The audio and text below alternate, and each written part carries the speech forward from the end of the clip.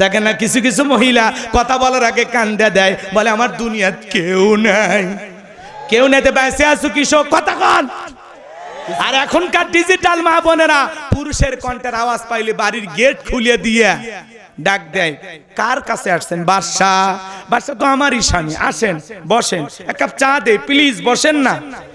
আমি কিন্তু খুব ভালো চা বানাইতে পারি। কি সুর, এমন কায়দায় ডাকে মনে হয় মায়ের পেটের ভাই। এ কথা কন না কে? স্বামীর বেলায় নরম সুর বার হয় না। স্বামী যদি কয় দেখ শোনো সরে যাও তো, ভাল লাগে না, বিরক্ত করবা না, আমার কিন্তু একদম সহ্য হয় না, তোমার জ্বালা কিন্তু বিষ খাবো। হ্যাঁ, আর অন্য পুরুষ দেখলে প্লিজ আসেন একটু বসেন। কি বলবেন আমাকে বলেন, আমাকে কি পছন্দ হয় না? কেন ওই কি বউ খুঁজ বেড়াচ্ছে? হাসেন না, হাসেন না। মা বোন যারা আছেন, মা অপরিচিত কোনো পুরুষ আসলে বাড়ির গেটে গল্প করা যাবে না, দেখাও করা যাবে না। পারলে যদি খুঁজতে আসে এমন কায়দায় জবাব দিবেন, খুঁজে নেন, মোবাইল করেন, সব ঝামেলা বাড়ির উপর আসে, সহ্য হয় না। এমন ভাবে বলবেন যাতে জীবনে আর আপনার দুয়ারে না আসে। কথা কন। পাগলিরা নরম সুরে ডাকে, আসেন এক কাপ চা খেয়ে যাবেন।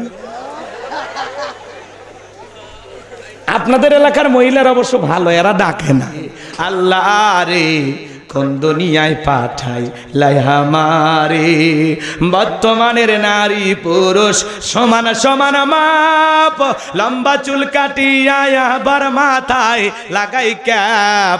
আল্লাহ রে কোন জামানায় পাঠাই লাইহামারে, হিন্দি গানের টান মারিয়া রাস্তা হাইটা যায়, আবার কারো সুরে সুরে বুকটা ফাইটা যায়। আল্লাহ রে কোন দুনিয়ায় পাঠাই লাইহামারে, জিন্সের প্যান্ট শার্ট পরিয়া রাস্তা হাইটা যায়, পোলা না মাইয়া ওইটা সেনা বড় দায়। কানে পড়ছে দুল, কপালে পড়ছে টিপ, কাছে যদি যা বলেন বিলকিস আপা, কয় না আমি আবুল। বিশ্বনবী হাদিস শরীফের ভিতরে বলেছেন, বুখারীর হাদিস, আল্লাহ রাসূল বলেছেন কোন পুরুষ যদি নারীর বেশ ধারণ করে আর কোন নারী যদি পুরুষের বেশ ধারণ করে, আল্লাহ লানত তাদের উপরে। কথা বলেন ঠিক কিনা? এরপরেও পোশাকের এত স্বাধীনতা, আমার মা বোনেরা ঢাকা শহরে দেখলেন না, আজ থেকে কয়েক বছর আগে আন্দোলন করলো, বলে পোশাকের স্বাধীনতা চাই। কেমন স্বাধীনতা? বলে দাদি নানি ব্লাউজ ছাড়া শাড়ি পরেছিল, আমরাও পড়তে চাই, আপত্তি করি নাই তো। তোমরা দাদি নানির তুলনা দাও। আগেকার দাদি নানিরা এত ভালো ছিল, পুরুষের কণ্ঠের আওয়াজ পাইলে ঘরের কোনায় লুকাইতো। ওরা এখন স্লোগান দিল, দাদি নানি ব্লাউজ ছাড়া শাড়ি পরেছিল, আমরাও পড়তে চাই। আমরা বলি আপত্তি করি নাই। তুমি দাদি নানির তুলনা দাও। আগেকার দাদি নানিকে ব্লাউজ ছাড়া শাড়ি পরে বিশ্ব রোডে এসে আন্দোলন করে বলেছিল, আমি তোমার দাদি, দেখে যাও শাড়ি পরেছি, বলেছিল। এখন দাদি নানি অভাবের কারণে পড়ুক আর গরমের কারণে পড়ুক, 12 হাত শাড়ি দিয়ে পুরো দেহটা দাদি ঢেকেছিল। আর তুমি বোন ব্লাউজ ছাড়া শাড়ি পরিয়া পুরো পিঠটা এমন কায়দায় ফাঁকা রাখছো, মানে আর্জেন্টিনা আর ব্রাজিলের ফাইনাল ম্যাচ। যেই নারী এর সমস্ত উল্টা পাল্টা পোশাক পরে, আর পোশাক যত উল্টা পাল্টা, ওর চরিত্রে তত গন্ডগোল। কোন সম্ভ্রান্ত ভদ্র ফ্যামিলির মেয়ে বোরকা ছাড়া বাহিরে যেতে পারে না। আল্লাহ বলেন, অকরনা ফি বুয়ুতিকুন্না ওয়ালা তাবাররাজনা তাবাররুজাল জাহিলিয়াতিল উলা, নারীরা তোমরা ঘরের ভিতরে অবস্থান করো, খবরদার জাহিলিয়াতের যুগের মেয়েদের মতো নোংরা অশ্লীল পোশাক পরে নিজের দেহকে প্রদর্শন করো না। নারীরা পর্দায় থাকলে নিরাপদ থাকবে, পর্দা নারী সিকিউরিটি দেবে, পর্দাশীল নারীর উপরে আল্লাহর রহমত নাজিল হবে। একটা নারী যদি ঢিলা ঢালা বোরকা পরে, হাত মুজে পা মুজে লাগায়, মনের অজান্তে শ্রদ্ধা সম্মানে মাথাটা নত হয়ে আসে। আর কথা কন নাকি আপনারা? আপনি মুসলমান, আপনার বউ কেন বেপরদায় যাবে? বউকে বলেন বোরকা পরে যা। হুজুর কি ওয়াজ করলো শুনিস, বোরকা পর পর। তখন বলতে পারে, হ আমি মনে হয় বুড়ি হয়েছি, যে বোরকা বুড়ি হলে তোর দিক কেউ তাকাবি না, এখনই দোকানপাট ঢেকে বেড়ে যা। কথা কন ঠিক না?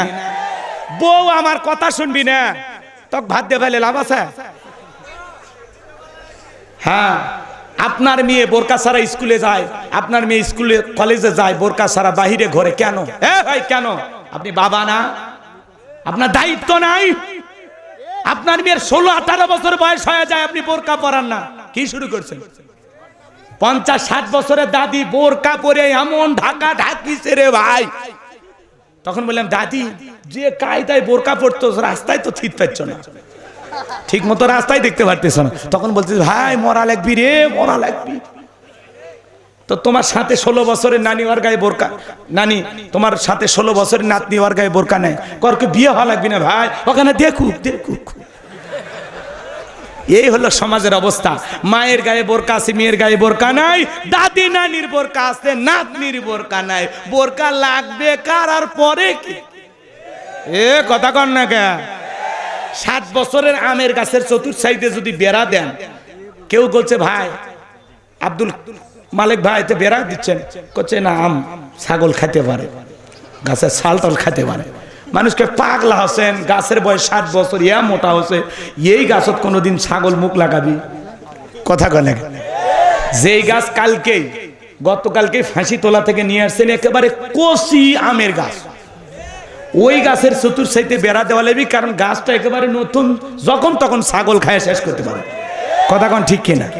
তো 50 বছর 60 বছরের দাদি নানির বোরকা না পড়লেও হবে, খালি চাদর দিয়ে দেহটা ঢাকলে হবে, বড় একটা ওড়না নিলেই তার পর্দা হয়ে যাবে। কিন্তু 14 বছর 16 বছর এই তরুণ যুবতী আমার বোনদের বোরকা পড়তেই হবে, পড়তেই হবে। কথা বলেন ঠিক কিনা?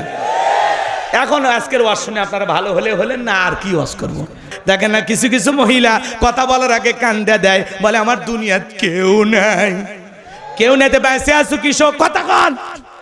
কিছু কিছু মহিলা কথা বলার আগে কান্দা দেয়, এমন ভাবে কান্নাকাটি করে অভিনয় করে, মানুষ মনে করে সব দোষ ছেলেদের, মেয়ের কোনো দোষ নাই। হ্যাঁ, মেয়ে কান্নাকাটি করে, নাটক করে, আর সেটা দেখে আপনারা ভুলে যান মেয়েরা কান্দেই মামলা জিততে চায়। কথা কন, কান্দেই মামলা জিততে চায়, আর কান্না পুরোটাই অভিনয়, নাটক। কথা কন। যার বউ বেশি কাঁদাকাটি করে, কান্নাকাটি করে না, অনেকের বউ খুব কাঁদাকাটি করে, ধমক দেবে কান্নাকাটি করবি না, তোর ঘটনা কি হয়েছে খুলে বল। তোর কথা শুনে যদি মনে হয় কান্না করা উচিত, স্বামী স্ত্রী একসাথে জামাত করে কাঁদা হবে। হ্যাঁ, অনেকের বউ একেবারে চোখের পানি লাগিয়েই থাকে, কিছুই হয় না ভাই, চোখের পানি লাগে আছে, মনে হয় মোটর বসায় রাখছে, আর না হলে পাগলা মলম দিত। মেয়ে মানুষ কান্নাকাটি করে সব বলে, মানুষ মনে করে সব দোষ পুরুষের, ওই কিচ্ছু বোঝেনি, ফিডার খা। কথা কন। এই জন্য যুবক তোমাদেরকে বলে যাই, কোন নারীর ছলনার ফাঁদে পা দিবা না। পুলিশে ধরলে বাঁচবি, র্যাবে ধরলে বাঁচবি, কিন্তু কোন নারীর ছলনার ফাঁদে, মায়ের জালে, রূপের জালে, মিষ্টি কথার মায়ায় একবার যদি পাটা আটকা যায়, ফান্দে পড়িয়া বগা কান্দে রে, সারা জীবন কেঁদেও ওই কালনাগিনীর বিষাক্ত সবল থেকে তোরা বাঁচতে পারবি না। ওরা ছেলেদের ভালোবাসে না, ওরা ছেলেদের মনে ব্যবসা বাণিজ্য করে, যে যত দামি গিফট করে তারে তত বেশি ভালোবাসে। আকাশে রংধনুর মতো মেয়েরা মন পরিবর্তন করে, ও মেয়ে কারে ভালোবাসে নিজেও জানে না। কথা কন। হ্যাঁ যুবক, তোদের পায়ে হাত দিয়ে অনুরোধ করি, বিয়ের আগে কোনো অবৈধ প্রেম ভালোবাসা করা যাবে? যুব সমাজকে নষ্ট করছে মোবাইল। কথা বলে না কেন? পেটত ভাত না থাক, শরীরত কাপড় না থাক, কিন্তু এমবি তোলাই লাগে। কথা কয় না, কথা কয় না কেন? তুমি যার লাগিয়া এমবি ভরো, তার তো বাটন ফোন। তুমি যার লাগিয়া এমবি ভরো, তার তো বাটন ফোন। কেমন করে বুঝবে রে সে, কেমন করে বুঝবে রে সে, ডিজিটাল তোর মন। তুমি যার লাগিয়া এমবি ভরো, তার তো বাটন ফোন। মেসেজ দিলে সেন্ড করে না, দেয় না তো রিপ্লাই, ভিডিও কলে বলবা কথা, ক্যামেরা তার নাই রে, ক্যামেরা তার নাই। ডিজিটাল এই যুগ জামানায়, ডিজিটাল এই যুগ জামানায়, অ্যানালগ তার মন। তুমি যার লাগিয়া এমবি ভরো, তার তো বাটন ফোন। প্রেম প্রীতি ভালোবাসা বিয়ের আগে নয়, মনের মধ্যে রাখো তুমি পরকালের ভয় রে, আল্লাহ তাআলার ভয়। গানের মধ্যে শিক্ষা আছে না নাই? প্রেম প্রীতি ভালোবাসা বিয়ের আগে নয়, মনের মধ্যে রাখো তুমি পরকালের ভয় রে, আল্লাহ তাআলার ভয়, তবে তুমি মুক্তি পাবা, তবেই তুমি মুক্তি পাবা দোজখের আগুন তুমি যার লাগিয়া এমবি ভরো তার তো বাটন ফোন। এ যুবকে ভালো হয়ে যাও, 20 বছর বয়স হয়নি, বাড়িতে এসে বলে আব্বা উত্তর পারে লাকিকে আমি পছন্দ করেছি, রাজি দেখলে 1 সাপুন না হলে 2 সাপুন। পিতামাতা রাজি হয় না, পালিয়ে যা বিয়ে করে। মনে রাখবা, যারা পিতামাতার অবাধ্য হয়ে মা বাবাকে কষ্ট দিয়ে পালিয়ে গিয়ে বিয়ে করেছে, ওরা জীবনে কোনোদিন সুখী হতে পারবে না। প্রেম করে জীবনে কেউ সুখী হয় না। কোন কোন যুবক আছো বিয়ে করনি, হাত তুলে ওয়াদা দাও মা বাবার পছন্দের মেয়েকে বিবাহ করো। হাত তোলো যারা বিয়ে করনি, হাত তোলো। ওই যে এক চাচা হাত তুলছে, এই বয়সে রিস্ক নিন না। চাচি ভিডিও দেখলে ঘরে তার ঢুকতে দিবি না, হাত তোলেন। এ অনেক যুবক হাত তোলো নাকি প্রেমিকাকে কথা দিয়েছো, তোর কথা খবর আছে কিন্তু হাত তোলে বেটা, হাত তোল, হাত তোল। ঠিক আছে, পিতামাতার পছন্দের মেয়েকে বিবাহ করবা, মনে থাকবে তো ইনশাআল্লাহ। মা বাবার দোয়া আছে যেখানে কল্যাণ আছে, মুরব্বীদের দোয়া আছে যেখানে বরকত আছে, মা বাবার দোয়া নিয়ে বিয়ে করো ইনশাআল্লাহ, মনে জান থাকে। আমার ভাইয়েরা, বিশ্বনবীর প্রিয় সাহাবী হযরত ওমর ফারুক রাদিয়াল্লাহু তাআলা ডেকে বলেন, আমি মৌমাছির গুনগুন আওয়াজ শুনলাম, ডানে তাকায় মৌমাছি নাই, বামে তাকায় মৌমাছি নাই, বিশ্বনবীর চেহারা মোবারকের দিকে তাকায় দেখি নবীজি ফিসফিস করে কি যেন তেলাওয়াত করতেছেন। হযরত ওমর ফারুক ডেকে বলেন, আমার বোঝার বাকি রইল না, আসমান থেকে নবীজির উপরে কোরআনুল কারীম নাজিল হচ্ছে, আর বিশ্বনবী কোরআনুল কারীম রিসিভ করতে ব্যস্ত। বলুন সুবহানাল্লাহ। আমার ভাইয়েরাম, মৌমাছির গুনগুন আওয়াজ হলে কোরআনুল কারীম নাজিল হয়, দপ্তরি ছুটির ঘন্টায় বাড়ি মারে টন টন আওয়াজ হলে কোরআনুল কারীম নাজিল হয়। নবীজি যখন ঘোড়ার উপরে থাকতেন, ওই সময় যদি কোরআনুল কারীম নাজিল হইতো, ওহির ভারে ঘোড়ার পা গুলো বালুর ভিতরে ডেবে যেত। বলুন আল্লাহু আকবার। 8টি পদ্ধতিতে নবীজির উপরে কোরআনুল কারীম নাজিল হইতো। দীর্ঘ 23টি বছরে আল্লাহ তাআলা নবীজির উপরে কোরআনুল কারীম নাজিল করেছেন। এমন মুসলমান 50-60 বছর বয়স হয়ে গেছে, আল্লাহর কোরআনটা কোনোদিন খুলেও দেখেনি। এরকম কপাল পরা আছে না নাই? এজন্য বাজান বলেন তো, আল্লাহর পাঠানো এই কিতাব কোরআন নামক চিঠিটা আমাদের পড়া দরকার আছে না নাই? আমার মালিক তার পাঠানো চিঠিতে কি কি লিখেছেন মুসলমান হিসাবে জানা দরকার আছে না নাই? কোরআন পড়বেন তাহলে মজা বুঝবেন বাজান। সামনের দিকে যে লম্বা করার সুযোগ নাই, এদিক সেদিক আমি যেতে পারবো না। হযরত ওমর ফারুক দেখে বলেন, নবীজির কোরআনুল কারীম রিসিভ করা শেষ হয়ে গেল। বিশ্বনবী সাহাবায়ে কেরামদের দিকে মুখ ঘুরে ডেকে বলেন, আমার সাহাবীরা, এই মাত্র আসমান থেকে জিবরাইল এসে আমার উপরে সূরা আল মুমিনুনের 10টি আয়াতি কারিমা নাজিল করে জানায় দিলেন, নবী গো, এই 10টি আয়াতের ভিতরে আল্লাহ রাব্বুল আলামিন তার আদরের মুমিন বান্দাদের জন্য 7টি কোয়ালিটি নিয়ে আলোচনা করেছেন, 7টি গুণাবলী নিয়ে আলোচনা করেছেন। কোন মুমিন যদি এই 7টি গুণে গুণান্বিত হতে পারে, 7টি গুণ দিয়ে তার জীবনটাকে সাজাইতে পারেন, আমার আল্লাহ রাব্বুল আলামিন বলেন, উলাইকা হুমুল ওয়ারিসুন আল্লাযীনা ইয়ারিসুনাল ফিরদাউস হুম ফিহা খালিদুন। আল্লাহু আকবার। আমার আল্লাহ বলেন, তারাই উত্তরাধিকারী হবেন জান্নাতুল ফিরদাউসের, সেখানে তারা চিরকাল বসবাস করবেন। আমার আল্লাহ কোনোদিন তাদেরকে জান্নাত থেকে বের করে দেবেন না। চিৎকার মেরে বলুন সুবহানাল্লাহ। বাবা মারা গেলে ওয়ারিস সূত্রে সন্তান যেরকম বাবার সম্পত্তির ভাগ পায়, কোন মুমিন যদি এই 7টি কোয়ালিটি 7টি গুণাবলী অর্জন করে মারা যেতে পারে, তার নামে জান্নাতুল ফিরদাউসের ভিতরে জায়গা বরাদ্দ থাকবে, সে হবে জান্নাতুল ফিরদাউসের উত্তরাধিকারী। আপনি আমি কারা কারা জান্নাতে যেতে চায়? 2টা হাত তুলে আল্লাহকে দেখান। আপনারা সবাই জান্নাতে যেতে চান? আল্লাহ আমাদের সবাইকে জান্নাতুল ফিরদাউসের ওয়ারিস হিসেবে কবুল করুন। জোরে বলুন আমিন। আরেকটু জোরে বলুন আমিন। আরেকটু জোরে বলেন আমিন। এবার 7টা আঙ্গুল দেখান। জান্নাতে যেতে হলে কয়টা গুণাবলী? 7টি। জোরে বলেন কয়টি? আরো জোরে। জোরে বলো না। এতগুলো মানুষ, এই আওয়াজ, একটু আওয়াজ দেন, না হলে সামনে মিছিল করা লাগবে। একটু অভ্যাস করে নেন। সবার টার্গেট হলো জান্নাতে যাওয়া। আমরা কেউ জাহান্নামে যেতে চাই না। যেতে চাই কেউ জাহান্নামে? আল্লাহ তাআলা ভালোবেসে মুসলমানের ঘরে জন্ম দিয়া জান্নাতের রাস্তা একটু আগায়া দিয়েছে। সুবহানাল্লাহ। পৃথিবীর শ্রেষ্ঠ ধর্ম ইসলাম ধর্মের মানুষ মানায়া জান্নাতের রাস্তা আল্লাহ তাআলা আরেকটু আগায়া দিয়েছে, বলুন সুবহানাল্লাহ। এরপরে পৃথিবীর শ্রেষ্ঠ কিতাব কোরআনুল কারীম দান করে জান্নাতের রাস্তা আল্লাহ তাআলা আরেকটু আগায়া দিয়েছে।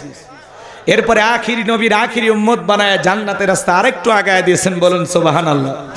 এখনই একটু আমল করলেই জান্নাত।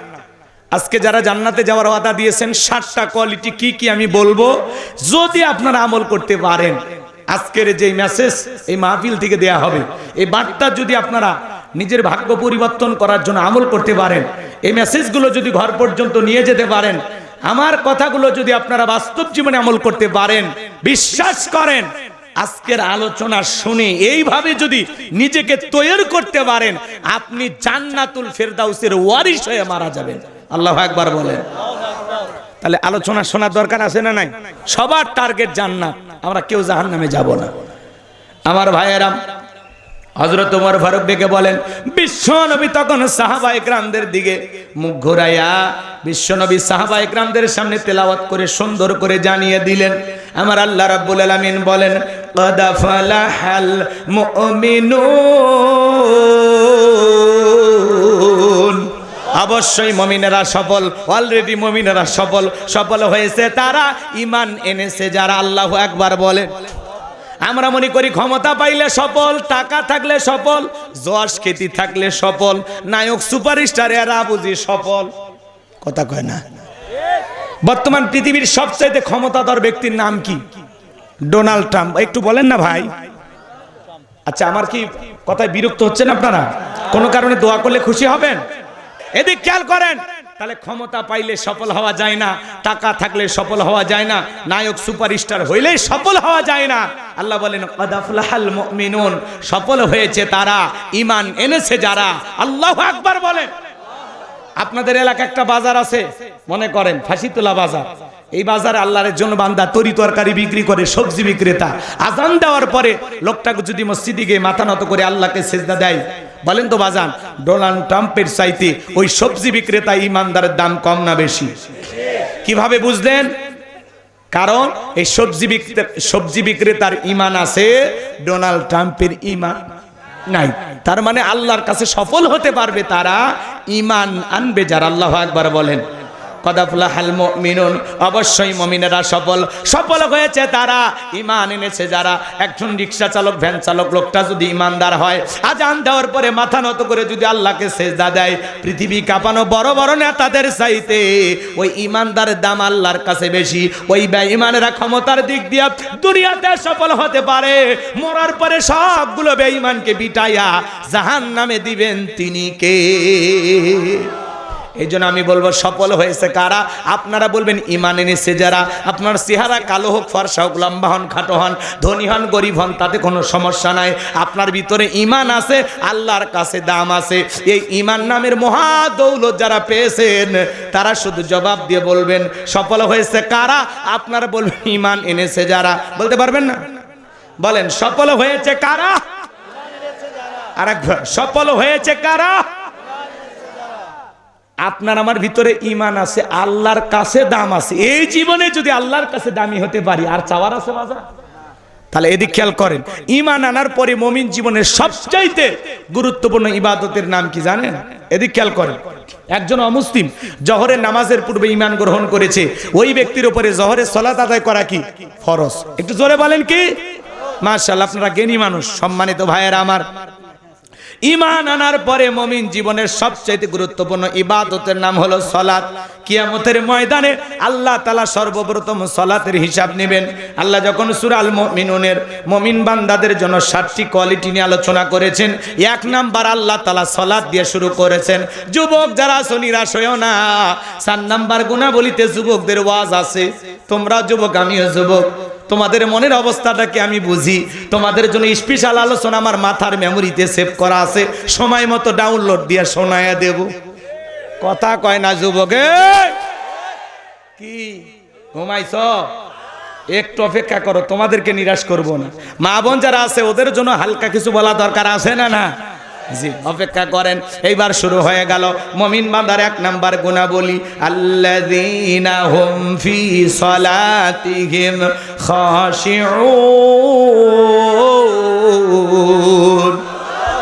মুমিন বান্দার 1 নাম্বার গুণাবলী, যারা নিজেদের সালাত বিনয়ের সহিত নম্রতার সহিত আল্লাহর ভয় নিয়ে আদায় করে।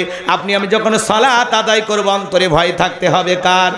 ইয়া আইয়ুহাল্লাযীনা আমানুত্তাকুল্লাহ, হে ঈমানদারগণ আমি আল্লাহকে ভয় করো, হাক্কা তুকাতিহি, ভয় করার মতো ভয় করো। গভীর মনোযোগ দিয়ে কথাগুলো শুনবেন বাজান গো আমার। কিভাবে সালাত আদায় করবেন জানার দরকার আছে না নাই? কথা বলেন না কেন? নবীজি যখন নামাজে দাঁড়িয়ে যেতেন, আম্মা জান আয়েশা ডেকে বলেন, নবীজি নামাজের ভিতরে এত লম্বা সময় ধরে দাঁড়িয়ে থাকতেন, মাঝে মাঝে তাকায় দেখতাম নবীজির পা মোবারক ফুলে উঠেছে। আম্মা জান আয়েশা আরো ডেকে বলেন, নবীজি এত লম্বা সময় ধরে রুকু করতেন, সেজদা করতেন, মাঝে মাঝে মনে হয় নবীজি আর কোনোদিন সেজদা থেকে মাথা উঠাবেন না। আল্লাহু আকবার বলেন। আম্মা জান আয়েশা ডেকে বলেন, নবীজি একদিন সিজদা দিয়ে এত কান্না করেছেন, কাঁদতে কাঁদতে সিজদার জায়গাটা পর্যন্ত ভিজে গেছে। আম্মা জান আয়েশা জিজ্ঞাসা করলেন, নবী গো এত কান্না কেন করেছেন, কি হয়েছে আপনার? বিশ্ব নবী ডেকে বলে, আয়েশা আমি তো আমার জন্য কাঁদি না, আমি কাঁদি আমার গুনাহগার উম্মতের জন্য। আল্লাহর কাছে কেঁদে কেঁদে বলি, আল্লাহ আমার গুনাহগার উম্মতের গুনাহগুলো মাফ করে দাও, ওই কঠিন ভয়ঙ্কর জাহান্নামের আগুন থেকে আমার উম্মতকে বাঁচাও। আপনার আমার গুনাহ মাফের আশা দোয়া করতে পারেন। আপনি আমি হলাম মূল ভিকটিম, মূল আসামি, মূল অপরাধী। গুনাহ দিয়ে নিজের জীবনটা শেষ করে ফেলে দিয়েছি বাজান গো আমার। 5 ওয়াক্ত সালাত এটা তো রবের বাধ্যতামূলক অর্ডার, অবশ্যই আপনাকে আমাকে আদায় করতেই হবে। কথা বলেন ঠিক কিনা? 5 ওয়াক্ত সালাত আদায় করার পাশাপাশি গভীর নিশিতে রাতের 1টা 2টা 3টার দিকে ওইটা বিবির ভালোবাসা ত্যাগ কইরা, আরামের বিছানা ত্যাগ কইরা, ঠান্ডা পানি দিয়া নিরালাই নিবৃত্তিতে যায় নামাজে দাঁড়িয়ে যায় যারা, আল্লাহর কাছে প্রিয় হতে পারবে তারা। যারা তাহাজ্জুদের সালাতে ফিসফিস করে যায় নামাজে, সিজদাতে গিয়ে ফিসফিস করে যা বলতেছেন, আপনার এই ফিসফিস আওয়াজ আরশের মালিক আল্লাহর কাছে পৌঁছে যায়। যারা তাহাজ্জুদের সালাত আদায় করে আল্লাহ তাদের মর্যাদা বৃদ্ধি করে দেয়। আল্লাহু আকবার। যারা তাহাজ্জুদের সালাত আদায় করে এদের জীবনে হতাশা থাকে না, পেরেশানি থাকে না, এরা টেনশন মুক্ত থাকে। আল্লাহু আকবার বলে। এইজন্য বাজান আল্লাহ তাআলা বলেন, ওয়াল্লাযীনা ইয়াবিতুনা লিরাব্বিহিম সুজদান ওয়া কিয়ামা, যারা রাত্রি জাগরণ করে আমি আল্লাহকে সিজদা দেয়, আমি আল্লাহর জন্য দণ্ডায়মান হয়ে যায়। তাহাজ্জুদের জায়নামাজে মালিকের সাথে সিজদা দিয়ে প্রেম করা লাগবে। এই জীবনের সবচাইতে তৃপ্তির জায়গা, আনন্দের জায়গা হলো মাথাটা নত করে মালিককে সিজদা দেওয়া। কথা বলেন ঠিক কিনা? এটা মুমিনের জীবনের সবচাইতে আনন্দের বিষয়, তৃপ্তির বিষয়, ভালো লাগার বিষয়। কথা বলেন ঠিক কিনা? মুমিন ভালো লাগা খুঁজবে সিজদার মাধ্যমে। কথা বলেন, কথা বলেন। তাহলে আল্লাহর প্রিয় গোলাম যারা, তারা রাত্রি জাগরণ করে তাহাজ্জুদ আদায় করবে। তরুণ যুবক আছে, এরাও রাত্রি জাগরণ করে, তবে তাহাজ্জুদ পড়ে না, ইউটিউব ইন্টারনেট ঘাটাঘাটি করিয়া, ইমু মেসেঞ্জারে বান্ধবীর সাথে চ্যাটিং করিয়া। কথা বলেন। সারা রাত মোবাইলে চ্যাটিং করে, হ্যালো জান খাইছো, ঘুমাইছো, কি করো? মেয়ে রাগ করে বলে আজকে ভাত খাবো না। তুমি না খেলে আমিও খাবো না। নিজের মা খাইছে কিনা খবর নেয় না, বাবা খাইছে কিনা খবর নেয় না, বান্ধবী না খাইলে ওই দুষ্ট যুবকের মুখে খাবার ওঠে না। এরকম হাইব্রিড যুবক আছে না? না। সারা রাত ইমো মেসেঞ্জারে চ্যাটিং করে, অনলাইনে ফ্রি ফায়ার খেইলা, পাবজি খেইলা, অনলাইনে জুয়া খেইলা। ফজরের আজান হয় যখন, ওই হাইব্রিড যুবক ঘুমাইতে যায়, তখন নামাজও পড়ে না। যুবক, এই ঘুম ভাঙলে সকাল, না ভাঙলে পরকাল। কেমন করে ঘুমাও তুমি, ওরে যুবক কেমন করে ঘুমাও তুমি, ফজর করে কাজা। এমন তো হতে পারে ও তোমার জোহরে জানাজা, এমন তো হতে পারে ও তোমার জোহরে জানাজা। কথা বলেন ঠিক কিনা? যুবকরে কিভাবে সালাত আদায় করবা? নবীর এমন সাহাবী ছিল 2 রাকাত নামাজ পড়ে সারা রাত কাটায় দিয়েছেন। বিশ্ব নবীর সাহাবীরা যখন মরুভূমিতে নামাজে দাঁড়িয়ে যেতেন, ওই পাখিগুলো খেজুর গাছ মনে করে সাহাবায়ে কিরামদের কাঁধের উপরে, মাথার উপরে বসে থাকতো। নবীজির সাহাবীরা সালাতে এত মনোযোগ, কাঁধে পাখি বসে থাকে, তারপরেও তারা টের পাইতো না। বলুন সুবহানাল্লাহ। আর আপনি আমি যদি মশা পরে এই হাতে এই জায়গায় নিয়ে যায়, আগে মশা মারে তারপরে সূরা ধরে। এ কথা বলেন, কি কথা ঠিক বলছে না ব্যাটি? আপনারা বললেও ঠিক, না বললেও ঠিক, এটাই ঠিক, আসলেই ঠিক। মশা যদি পায়ে পড়ে ও দাঁড়িয়ে আসে তো মারতে পারতেছে না, তখন কি করে এক ঠ্যাং আর এক ঠ্যাংয়ের উপর তুলে দিয়া এমন একটা দাবা মারে আর কই খাবু খা। কথা কন হযরতে তালহা রাদিয়াল্লাহু তাআলা সালাত আদায় করতেছেন, ছেলেটা খেলা করতেছিল, জঙ্গল থেকে সাপ এসে সন্তানটাকে পেঁচিয়ে ধরলো। স্ত্রী মানুষজনকে ডাকলেন, ছেলেটাকে বিপদ মুক্ত করলেন। হযরতে তালহা ডেকে বলে, বিবিরে বাড়িতে এত মানুষজন, ব্যাপারটা বুঝতে পারলাম না। ডেকে বলে, স্বামী আপনি যখন সালাত আদায় করতেছিলেন জঙ্গল থেকে সাপ এসে সন্তানটাকে পেঁচিয়ে ধরেছিল, আমি মানুষজনকে ডাকলাম, ছেলেটাকে বিপদ মুক্ত করলাম। এত ঘটনা আপনার চোখের সামনে ঘটে গেল, আপনি কি কিছুই বলতে পারেন না? হযরতে তালহা ডেকে বলে, বিবিরে নামাজের ভিতরে মন যদি এদিক সেদিক চলে যায় তাহলে নামাজ তো আর নামাজ থাকে না। আল্লাহু আকবার। সাহাবা ইকরামদের মনোযোগ কত গভীর, কত সুন্দর, সুবহানাল্লাহ। আর আপনি আমি নামাজ পড়ি, ফাঁসি তোলা মন চলে যায়, মুকাম তোলা, কথা কথা নামাজ পড়ে গাংনগর মন চলে যায় ঢাকা মহানগর, নামাজ পড়ে বগুড়া মন চলে যায় মাগুরা, নামাজ পড়ে দিনাজপুরে মন চলে যায় ভারতের বর্ডারে। আছে না নাই? নামাজের মধ্যে দাঁড়ায় মন খালি ছটফট করে, দুনিয়াবি নানান চিন্তা ভাবনা মনে হয়। ওই জন্য গোলাম রব্বানি কইলে দোষ, আমাদের পাগল মন খালি ছটফট করে। কি মন বলেন? পাগল মোহন মন রে, মন কেন উল্টো পাল্টা বলি, ও পাগল মন মন রে, মন কেন মসজিদে না যায় রে। নামাজের ভিতরে দাঁড়ায় মন খালি ছটফট করে, নানান দুনিয়াবি কথা মনে হয়। নামাজের ভিতরে মাঝে মাঝে দুনিয়াবি এত কথা মনে হয়। নামাজ 2 রাকাত চলতেছে না, 3 রাকাত মনে থাকে না। মাঝে মাঝে দুনিয়াবি এত কথা নামাজের মধ্যে মনে হয়, সিজদা 2টা দিলাম না 1টা দিলাম, মনে থাকে না। কথা বলে না কেন? আমাদের মন খালি নামাজের ভিতরে দাঁড়ায়া নানান চিন্তা ভাবনা মনে হয়। নামাজের ভিতরে দাঁড়িয়ে দুনিয়াবি কোনো চিন্তা ভাবনা করা যাবে না। আল্লাযীনা হুম ফি সলাতিহিম খাশিউন, যারা নিজেদের সালাত বিনয়ের সহিত, নম্রতার সহিত, আল্লাহর ভয় নিয়ে। কার ভয়? একটা রাষ্ট্রপতি, প্রধানমন্ত্রী তার সামনে যদি দাঁড়ান কি করবেন? দাড়ি চুলকাবেন? লুঙ্গি ঠিক করবেন? কিভাবে দাঁড়াবেন? ভদ্রতা নিয়ে, ভদ্রতার সহিত দাঁড়াবেন, যাতে চুল পরিমাণ তার সাথে বেয়াদবি না হয়। একটা রাষ্ট্রপতি, প্রধানমন্ত্রী, থানার ওসিডিসি সম্মানিত মানুষকে যেভাবে সম্মানটা প্রদর্শন করলেন, তার চাইতে কোটি কোটি গুণ নম্রতা এবং ভদ্রতা নিয়ে মহান মালিক আল্লাহকে সিজদা দেওয়ার সময় মসজিদে দাঁড়াইতে হবে। কথা বলে ঠিক না? একেবারে বিনয়ের সহিত, খুশু ভাব নিয়ে, আল্লাহর ভয় নিয়ে আমি সালাত আদায় করতেছি আর মনে মনে খেয়াল করব আমার আল্লাহ আমাকে দেখতেছেন। আমি নামাজ আদায় করবো আর মনে মনে খেয়াল করবো আল্লাহ আমার সামনেই দাঁড়িয়ে আছেন।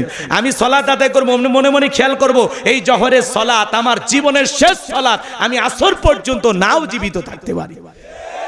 আর আপনি নামাজ পড়েন, দাড়ি চুলকান, লুঙ্গি ঠিক করেন, আপনার লুঙ্গি নামাজের মধ্যে এত খোলে, রশি লাগাবার পারেন না। কথা কয় না কেন? টুপি ঠিক করে, দাড়ি চুলকায়, এদিক ওদিক তাকায়, মানে নামাজে কোনো মনোযোগই নাই। এমনও লোক আছে নামাজ পড়তে পড়তে ফোন রিসিভ করে বলে, হ্যালো নামাজে আসি। কি ডিজিটাল জামানা এসে পড়ছে বাজান। এক চাচামি এত তাড়াহুড়ো করে ওযু করছে, এক ঠ্যাং না ধুয়ে মসজিদে ঢুকছে, টাইসালা মসজিদ পিছলে খায়, চাচা একদিক লুঙ্গি একদিক, তাও বলে আল্লাহু আকবার। মানুষ কয় চাচা আগে লুঙ্গি ঠিক করেন তারপরে জামাত ধরেন, কয় না আগে জামাত ধরি। এরকম তাড়াহুড়ো করলে হবে? শুধু মসজিদের উন্নয়ন করবে, মাহফিল করলে হবে না। ইমানের উন্নয়ন করবে, মাহফিল করা লাগবে। মসজিদ চাকচিক্য সুন্দর বানাইলে হবে না, ওই মসজিদে যারা সালাত আদায় করবে তাদের অন্তরটাও সুন্দর হওয়া লাগবে। শুধু মসজিদে নামাজ তাকওয়া লেখে রাখলে হবে না, যারা সালাত আদায় করবে তাদের অন্তরে তাকওয়া থাকতে হবে। কথা বলে ঠিক কিনা? তাহলে এদিক খেয়াল করেন, শুধু মসজিদ সুন্দর করলে হবে না। আজকে বাংলাদেশে জুমার সালাতের জন্য মসজিদ ভাঙিয়া 2 তালা 3 তালা করা হয়, ফজরের নামাজের সময় 1 কাতার মুসল্লি পাওয়া যায় না। আছে না বাজান? 2 জনে 1 জন। এমনও জায়গা আছে খালি মুয়াজ্জিম একাই আজান দেয়, একাই নামাজ পড়ে, কোনো মুসল্লি নাই। কথা কন না কে? তাহলে এই যদি সমাজের অবস্থা হয় তাহলে কি হবে? বিশ্বনবীর জামানায় ফজরের নামাজের সময় মসজিদ কানায় কানায় পূর্ণ, জুমার নামাজের সময় মসজিদ কানায় কানায় পূর্ণ। সুবহানাল্লাহ। ভাইয়ের আমার, আসুন, জোহর আসর মাগরিব এশা সব পড়তে হবে, ফজরের সালাত করতে হবে, কোনো নামাজ বাদ দেওয়ার কোনো সুযোগ নাই। 5 ওয়াক্ত সালাতের রবের বাধ্যতামূলক অর্ডার। নিজেকে মুসলমান দাবি করলে অবশ্যই 5 ওয়াক্ত সালাত মসজিদে গিয়ে জামাতের সহিত কারা কারা আদায় করবেন 2 হাত তুলে দেখা। আল্লাহ আমাদের সবাইকে 5 ওয়াক্ত নামাজি বানায় দেন। জোরে বলেন আমিন। আর একটু জোরে বলেন না আমিন। পড়বেন তো ইনশাআল্লাহ। আমার ভাইয়েরা, নামাজ করলে 2-3 ঘন্টা চলে যাবে, এত কথা বলার সুযোগ নাই। এইবার মুমিন বান্দার 2 নাম্বার গুণাবলী আমি যে কথা বলতে চাচ্ছিলাম, আল্লাহ রাব্বুল আলামিন বলেন ওয়াল্লাযীনা হুম আনিল লাগবি মুরিদুন। মুমিন বান্দার 2 নাম্বার গুণাবলী, অনার্থক কথাবার্তা বলা যাবে না, অপ্রয়োজনীয় কথা বলা যাবে না। এক জায়গায় বসে চায়ের কাপে ঝড় তুলছে, অমুক খারাপ তমুক খারাপ, এ ভালো না সে ভালো না, মনে হয় গীবত কমিটির সভাপতি সেক্রেটারি বসে গেছে, আছে না নাই? এলাকার সব সমালোচনা সব তত্ত্ব ওনার কাছে বলে, অমুক হুজুর এই করছে, অমুকের বইটা করছে। এত কথা কেন বলেন আপনি? হ্যাঁ, আপনি কি মনে করতেছেন আপনার জবানের প্রত্যেকটা কথা আল্লাহ রেকর্ড করতেছে? মায়াল ফিজু মিন কাউলিন ইল্লা লাদাইহি রাকিবুন আতীদ। বান্দা এমন কোন কথা বলে না, এমন কোন কর্মকাণ্ড করে না যা রেকর্ড করার জন্য আমার ফেরেশতারা নাই। আপনি চায়ের কাপে ঝড় তুলছেন, মুখ দিয়ে গল্প করতে করতে ফেনা তুলে ফেলে দিয়েছেন, আপনি ভুলে গেছেন আপনার জবানের প্রত্যেকটা কথার হিসাব একদিন আল্লাহর কাছে দিতে হবে। কথা বলেন না কেন ভাই? চুপসে গেলেন? হ্যাঁ, সমালোচনা করে মজা লাগে, আলেমদের বিরুদ্ধে ইসলামের বিরুদ্ধে সমালোচনা করেন। সাবধান সাবধান, আপনার জবানের প্রত্যেকটা কথার হিসাব আল্লাহর কাছে দিতে হবে। চুপ থাকেন, এত কথা কেন বলেন?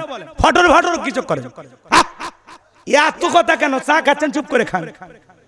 4-5 জন পুরুষ এক জায়গায় হয়, আগে 8-10 জন মহিলা এক জায়গায় হলে পরনিন্দে গীবত চগলখুরি করতো, এখন 4-5 জন পুরুষ এক জায়গায় হলে সমালোচনা করে, গীবত করে। কথা কন? মহিলাদের রোগ পুরুষের মধ্যে পার হচ্ছে। আগে পুরুষেরা এলে পেশাল, চুপ করে, মানুষের কথা কেন বলে? এগুলো করা গুনাহের কাজ।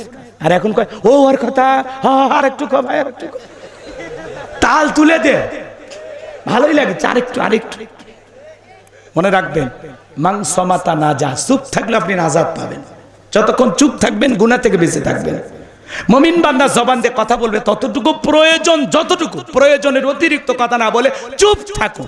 চুপ চুপ। মুমিন বান্দার 2 নাম্বার গুণাবলী, অনার্থক কাজ করা যাবে না। মুমিনের টাকা হলে মুমিন সিনেমা হল বানাবে না, যাত্রা গানের আয়োজন করবে না, গানের কনসার্ট দেবে না, মদের বাদ দেবে না। মুমিনের টাকা হলে মুমিন মসজিদ বানাবে, মাদ্রাসা বানাবে, ঈদগাহ মাঠ বানাবে, কবরস্থান বানাবে, রাস্তার মধ্যে ফলের গাছ লাগায়া দেবে, পুকুরের ঘাট বানায় দিবে। মুমিনের টাকা ভালো কাজে ব্যয় হবে। কথা বলেন ঠিক কিনা? আর আমার দেশে ভাস্কর্যের নামে 4,500 কোটি টাকা নষ্ট করলো ওরা। কথা বল। এই কথা শুনে যারা রাগ করবি, ওর ভিতরে ভেজাল আছে। 16 বছরে মায়া এখনো কাটেনি, 10 দিন আয়না ঘরে থাকলে ঠিক হয়ে যাবে। 4,500 কোটি টাকার ভাস্কর্য বানাইছে, লাভ কি হয়েছে? হ্যাঁ, 5 আগস্টে ওই ভাস্কর্যের মাথায় উঠে মানুষ পেশাব করছে, এতে আপনার বাবার সম্মান কমেছে না বেড়েছে? যেই দেশের মানুষ ডাস্টবিনের খাবার কুড়ে খায়, রেল স্টেশনে বাড়ি নাই ঘর নাই ঘুমায়, কাগজের তৈরি করে ঘর বাড়ি নিয়ে ঘুমায়, কত মহিলা 500 টাকার বিনিময়ে দেহটা বিক্রি করে পেটের ভাত জোগাড় করে। আর সেই দেশে ভাস্কর্য নামে বিলাসিতা করে 4,500 কোটি টাকা যারা খরচ করেছে, প্রত্যেকটা টাকার হিসাব আল্লাহর কাছে দিতে হবে। ওই টাকা নষ্ট না করে ওই টাকাতে মসজিদ মাদ্রাসা বানাইতে পারতেন না? গরিব দুঃখীকে খাইতে দিতে পারতেন না? বেকার যুবকদের কর্মস্থানে ব্যবস্থা করে দিতে পারতেন না? আপনার বাবার কবরে সব চলে যেত। আর আপনারা বানান ভাস্কর্য। মুসলমানের সংস্কৃতি এগুলো না, এটা ইহুদি মুশরিক বেঈমানদের কালচার। কথা বলেন ঠিক কিনা? আপনি রাস্তার মধ্যে লিখে রাখেন সুবহানাল্লাহ, আলহামদুলিল্লাহ, আল্লাহু আকবার, লা ইলাহা ইল্লাল্লাহ। যত মানুষের নজর পড়বে, আল্লাহকে স্মরণ করবে, সেও সব পাবে। যেই লিখে রাখছে সেও সব পাবে। সুবহানাল্লাহ। ভালো কাজ চালু করবে। মুমিনের টাকা হলে কি কাজ? ভালো কাজ চালু করবে। মুমিন বান্দার 2 নাম্বার গুণাবলী, অনার্থক জিনিস কান দিয়ে শ্রবণ করা যাবে না। যুবক রে, এই কান দিয়ে গান শোনা যাবে না। অনেক যুবক আছে কানের ভিতরে ইয়ারফোন লাগায় গান শোনে, রূপবানে নাচে কমর দোলাইয়া, আল্লাহর ফেরেশতারা কবর এনে পিটাবে ঝোলাইয়া ঝোলাইয়া। সিরাজগঞ্জের এক যুবক কানের ভিতরে ইয়ারফোন লাগাইয়া রেল লাইন পার হয়ে যাচ্ছে, ট্রেনে এসে ধাক্কা মেরে 3 টুকরে করে ধুয়ে গেছে। মরার পরেও কানের ভিতরে ইয়ারফোন লাগানো ছিল। এখন কবরে যা, ফেরেশতারা তোর জায়গা মতো বাদ্যযন্ত্র বাজায় দেবে। কথা বলেন ঠিক কিনা? হে যুবক, ডিক ডিক আওয়াজ দিয়ে আজকে দুনিয়ার মাটি গান বাজনা করে কাঁপাইতেছো, একদিন কবরে যাইবা, এই কবরও তোরে কবরে নিয়া কাঁপাবে। গান বাজনা শ্রবণ করা যাবে না, অশ্লীল গান বাজনা শ্রবণ করা যাবে না। এইখান দিয়ে হক্কানি ওলামা একরামদের বয়ান শুনতে হবে, ইসলামী সঙ্গীত শ্রবণ করতে হবে, ভালো ভালো কথা কান দিয়ে শ্রবণ করা লাগবে। তাহলে মুমিন বান্দার 2 নাম্বার গুণাবলী, মুমিন বান্দার সেই কাজ, সেই কথাগুলো বলবে যে কথাগুলো বললে সব পাওয়া যায়, সেই কাজ চালু করবে যে কাজ চালু করলে সব পাওয়া যায়, সেই জিনিসগুলো শ্রবণ করবে যেটা শুনলে সব হয়। এক কথায় সব আছে যেখানে, গুনাহ আছে যেখানে, খারাপ কথা বলবো না, মন্দ কথা শুনবো না, মন্দ কাজ করবো না। কথা ক্লিয়ার? মন্দটা বলবো না, মন্দ কাজ করবো না, মন্দটা শুনবো না। ওয়াজ এত মজা লাগে কি? কথার মধ্যে ভেজাল আছে আমার? সেইটা বলবো যেটা বললে সব, সেই কাজ করব যেটা করলে সব, সেইটাই শুনবো যেটা শুনলে সব। খারাপটা বলবো না, খারাপটা শুনবো না, খারাপ কাজ করবো না। কথা ক্লিয়ার? কথা দেয়া যায়? হাত দুটো তোলা যায়? দেখি তো, তোলেন তো বাঘের বাচ্চার মতো। লিল্লাহি তাকবীর। এইবার 3 নাম্বার, হাত নামান। যুবক যারা আছো রেডি হও, স্যার এসে গেছে।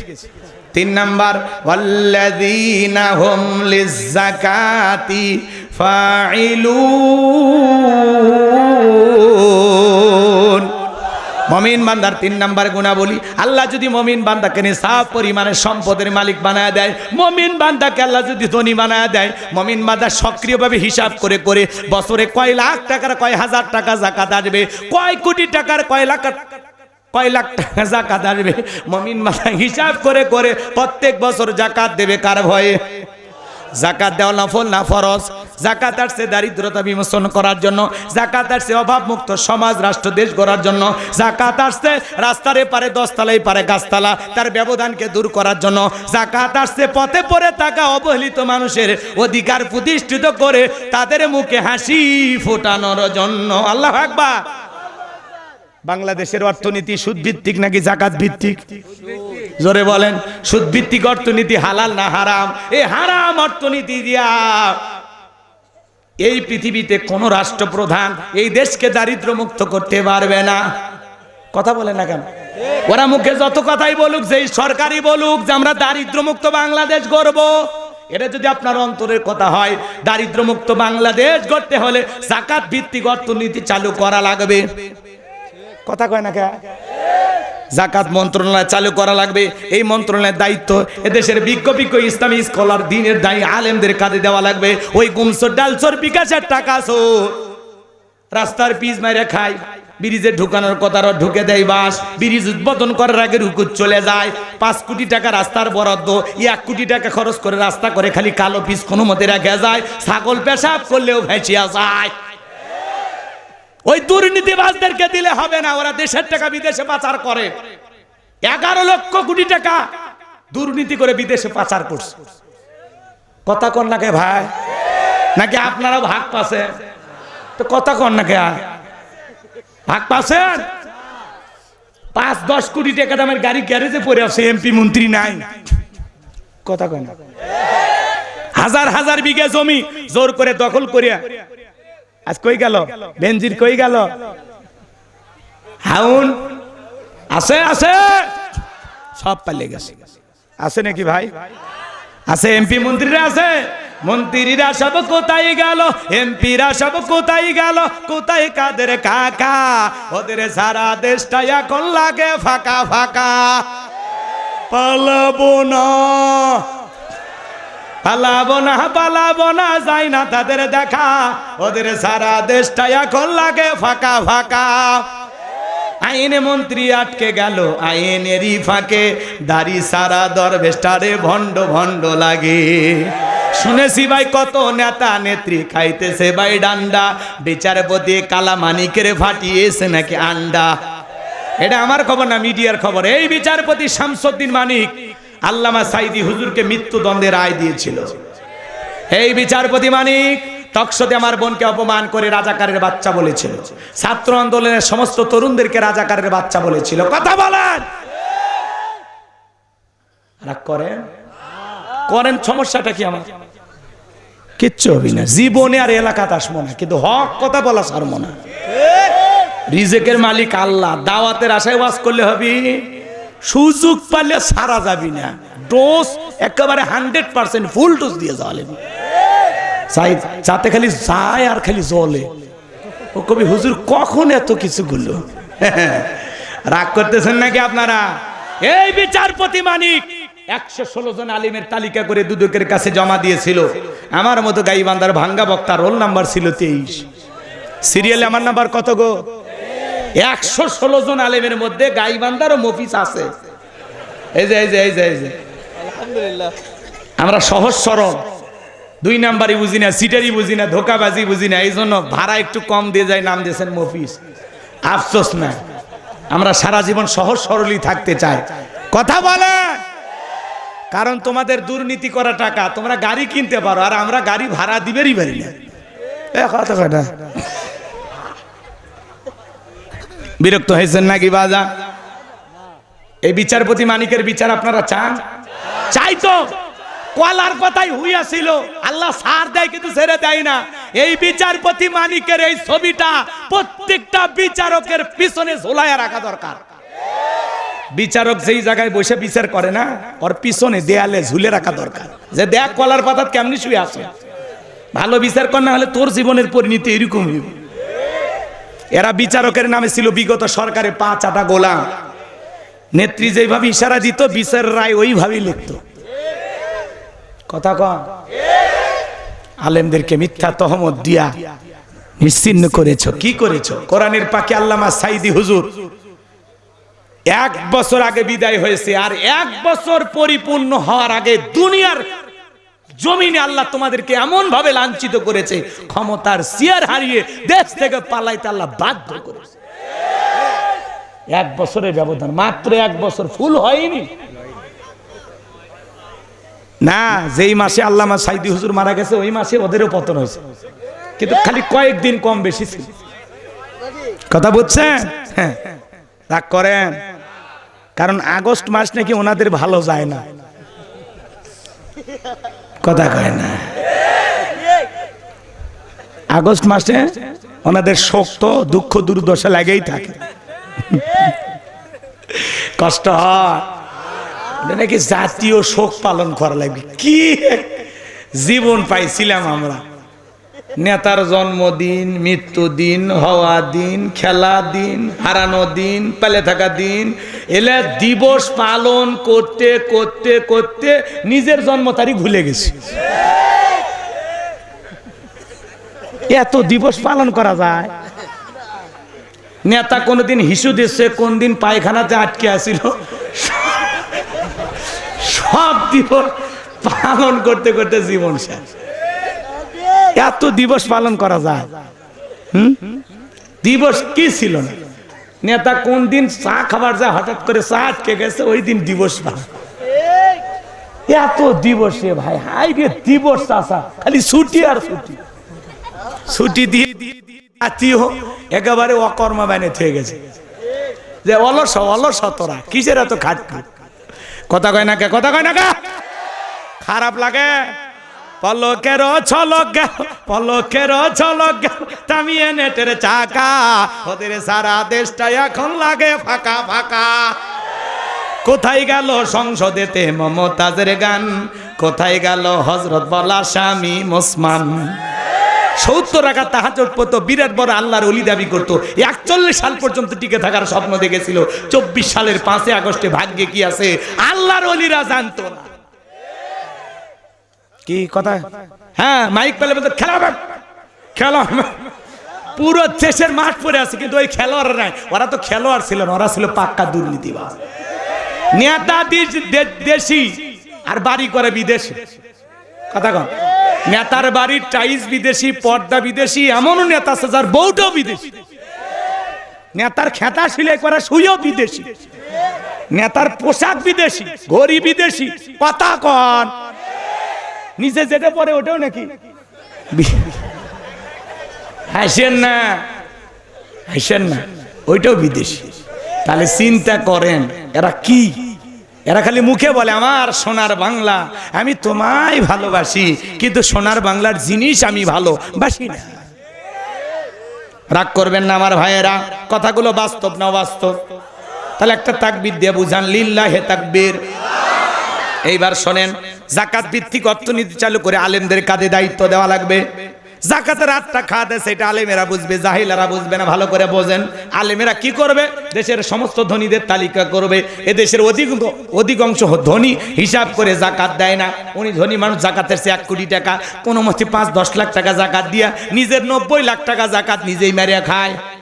ওনার জাকাতের সে 10 লাখ টাকা 2-3 লাখ টাকা দিয়া নিজের জাকাত নিজেই মেরে খায়। এদেশের ধনীরা পাইছে জাকাত মানে শাড়ি লঙ্গি, এমন লঙ্গি কিনে দেয় 200 টাকা দাম, লেটন লঙ্গি পরে থাকলে আর জান্নাত জাহান্নাম সব বোঝা যায়। এমন শাড়ি দেয় 300 টাকা দাম, ধুয়ে দিলে শাড়ি না মশারি খুঁজে পাওয়া যায় না। এ বড় লোক, এই শাড়ি তোর বউরে পরাবি, কথা কন না গে? জাকাত মানে শাড়ি লঙ্গি না। হযরত ওমর ফারুক বলেন, জাকাতের অর্থ এমন ভাবে দাও যাতে ওই ব্যক্তি জাকাতের জন্য আর কারো দুয়ারে হাত না পাতে। আল্লাহু আকবার বলেন। এই ছেলেটা বেকার বসে আছে, ওরে জাকাতের 1.5 লাখ টাকা দিয়ে ফাঁসি তোলা বাজারে একটু দোকান ধরায় দেন, আল্লাহ চাইলে 5-7 বছর পরে ও নিজেও জাকাত দিতে পারবে। এই ছেলেটা বেকার বসে আছে, ওরে জাকাতের 1.5 লাখ টাকা দিয়ে একটা অটো ভ্যান রিক্সা কিনে দেন, ভাগ্যের চাকার ঘুরে যাবে। একটা মহিলা আসছে, শাড়ি দিয়ে কিলাপ, সেলাই মেশিন দেন, 2টা ছাগলের বাচ্চা কিনে দেন, 2টা গাভী গরু কিনে দেন, এগুলো লালন পালন করে ভাগ্যের চাকা ঘুরাবে। কথা বলেন ঠিক কিনা? আমার ভাইরা, আমি লম্বা করব না।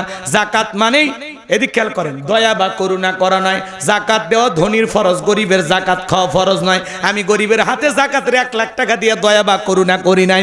গরিব আমার জাকাতের টাকা গ্রহণ করে আমাকে ফরজ ইবাদত পালনের সুযোগ করে দিয়ে ওই গরিব বড়লোক দয়া করেছে। কথা বলেন ঠিক কিনা?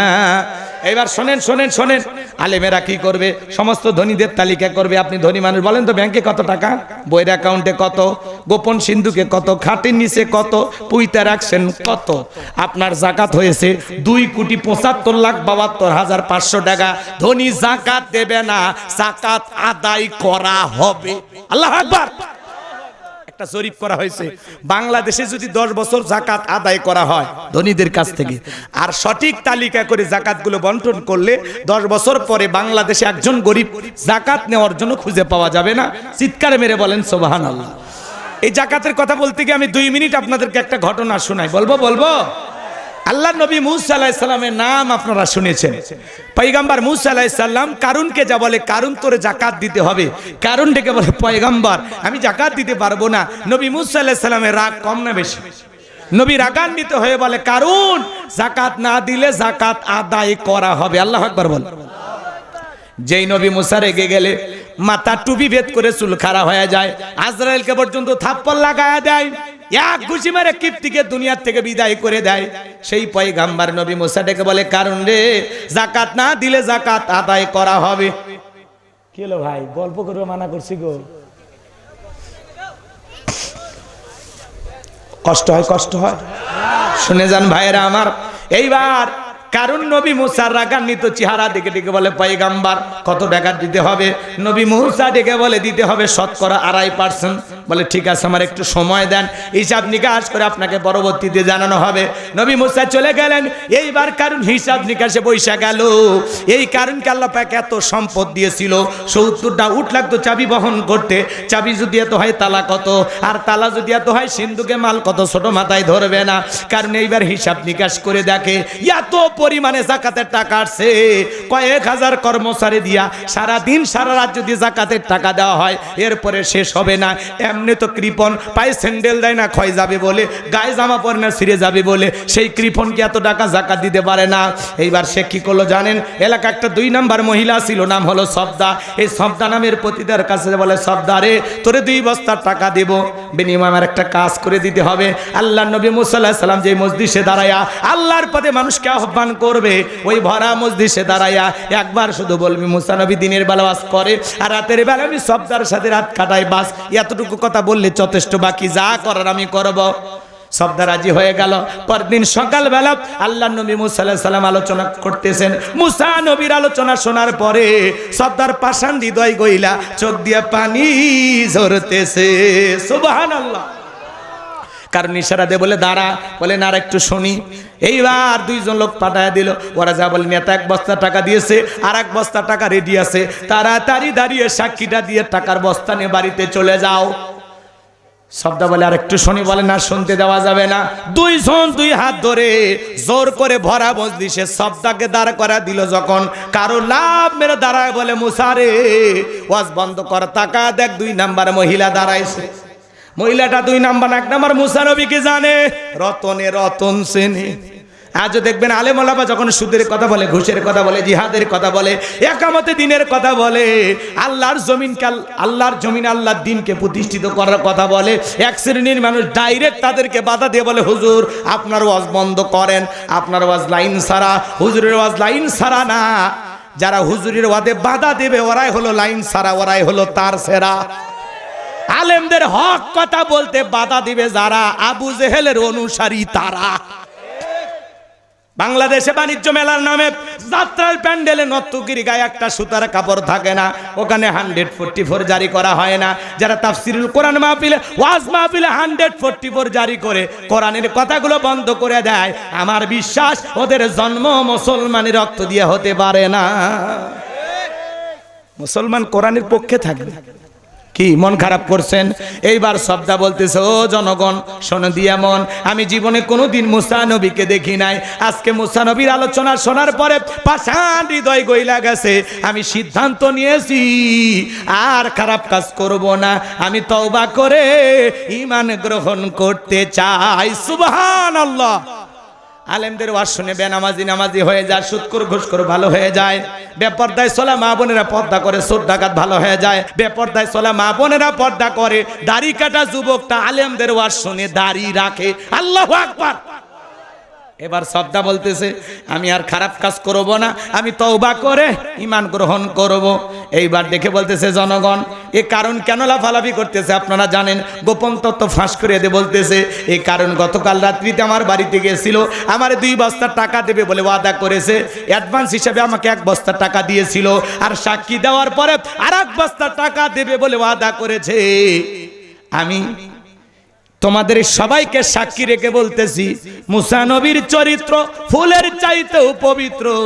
ওই কারণ হলো আমি সবদার নিয়মিত ভক্ত, এই কারণ আমাকে শিখিয়ে দিয়েছে আমি যেন তোমাদেরকে বলি নবী মুসা দিনের বেলা ওয়াজ করে আর রাতের বেলায় আমি সবদার সাথে রাত কাটাই। সবাইকে সাক্ষী রেখে বলতেছি এই পৃথিবীর সবচাইতে উত্তম চরিত্রের মানুষ হলো পয়গম্বররা। আল্লাহু আকবার। আরেকটু জোরে বলেন আল্লাহু আকবার। এইবার নবী মুসা রাগান্বিত হয়ে গেল, ডেকে বলে আল্লাহ চাইতে গেছিলাম যাকাত, আর আমার বিরুদ্ধে এত বড় মিথ্যা অপবাদ মানা যায় না। আল্লাহ গো কারণে ধন সম্পদ সহ জমিন যেন কারণকে গ্রাস করে ফেলে, আল্লাহ দোয়া কবুল করলেন। কারণে ধন সম্পদ সহ হাঁটু পর্যন্ত জমিনের ভিতরে চলে গেছে, ও বলে ব্যাপার না উঠতে পারবো। মাজা পর্যন্ত চলে গেছে, বলে ব্যাপার না দেহে শক্তি আছে উঠতে পারবো। গলা পর্যন্ত যখন জমিনের ভিতরে চলে গেছে, ডেকে বলে ও নবী মুসা ধন সম্পদ যা আছে সব তোমার আর তোমার আল্লাহর, তুমি নিয়ে যাও, জানটা একটু ভিক্ষা দাও। মুসা আলাইহিস সালাম ডেকে বলেন আল্লাহুস সামাদ, আমার আল্লাহ অমুখপেক্ষী, আমার আল্লাহ কারো কাছ থেকে কিছু নেয় না, আমার আল্লাহ শুধু দিয়ে যায়। কারণ রে ধন সম্পদ সব পৃথিবীর ইতিহাস থেকে এইভাবে চলে যাবি, আর পৃথিবীর ইতিহাসে সাক্ষী থাকবে তোর মতো যারা সম্পদ জমা রাখবে কঠিন কিয়ামতের ময়দানে তুই কারুনের কাতারে দাঁড় করায়া আল্লাহ তাদেরও বিচার করবে। সূরা তওবার ভিতরে আল্লাহ পাক বলেছেন যারা স্বর্ণ রূপা টাকা পয়সা জমা রাখে, আল্লাহ রাস্তায় যাকাত দিতে চায় না, খরচ করতে চায় না, আমার আল্লাহ বলেন তাদের জন্য রয়েছে আযাবের সুসংবাদ। আপনার এই সম্পদ বিষাক্ত সাপ হয়ে আপনাকে সবল মারবে। এজন্য আসুন বাজান প্রত্যেক বছর হিসাব করে একবার যাকাত দিবেন। যাকাত দিলে ধনীর ধন কমে না বাড়ে, যাকাত দিলে আপনার সম্পদকে আল্লাহ বৃদ্ধি করবেন। সুবহানাল্লাহ বলেন। তাহলে প্রত্যেক বছর হিসাব করে একদিন যাকাত দেবেন তো ইনশাআল্লাহ। কারা কারা দিবেন হাত তোলেন, সবাই হাত তোলেন। আল্লাহ আমাদের সবাইকে যাকাত দেওয়ার তৌফিক দান করুন। জোরে বলুন আমিন। হাত নামান। যাকাত একটা আর্থিক ইবাদত, এটা দিতে গেলে কলিজা লাগে। পারবেন তো ইনশাআল্লাহ? কি হয়েছে? 500 টাকা করে দিবেন, 500 200 100 দেওয়া যাবে না। যাকাতের 1 লাখ টাকা একজন এক দিয়ে দেবে, বলবেন যে বাবা তোরে দিলাম, আর কারো কাছে হাত পাতবি না, ঠিক আছে? এইবার চলেন মুমিন বান্দার যুবক রেডি রেডি। দেখি তো এই আয়াত তিলাওয়াত শেষ হলে দেখি তোমাদের আওয়াজ কেমন হয়, তাহলে বুঝবো, না হলে দোয়া করে দেব। এবার 4 নাম্বার গুনাহ বলি, ওয়াল্লাযীনা হুম লিফুরুজিহিম হাফিজুন।